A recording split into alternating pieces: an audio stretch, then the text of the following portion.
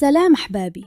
اليوم قصة سرقة تاريخية وقعت في 2025 في فاس وما زال لغز محير.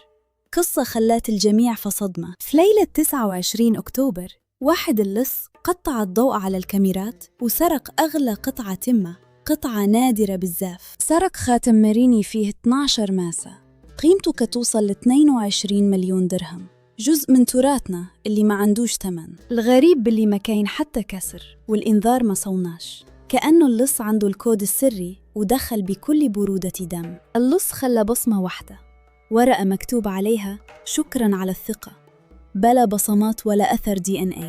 تحدي حقيقي. الكود كان عند 3 أشخاص، ولكن كلهم كانوا خارج المدينة بدليل قاطع.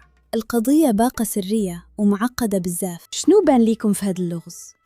كيفاش يسرق قطعة بلا ما يخلي أثر؟ موظف سابق ولا شي حاجة أغرب؟ قولوا نظريتكم في الكومنتات، وما تنساوش الاشتراك باش تعرفوا الحل. يلا تقبض عليه، نشوفكم قريب. سلام.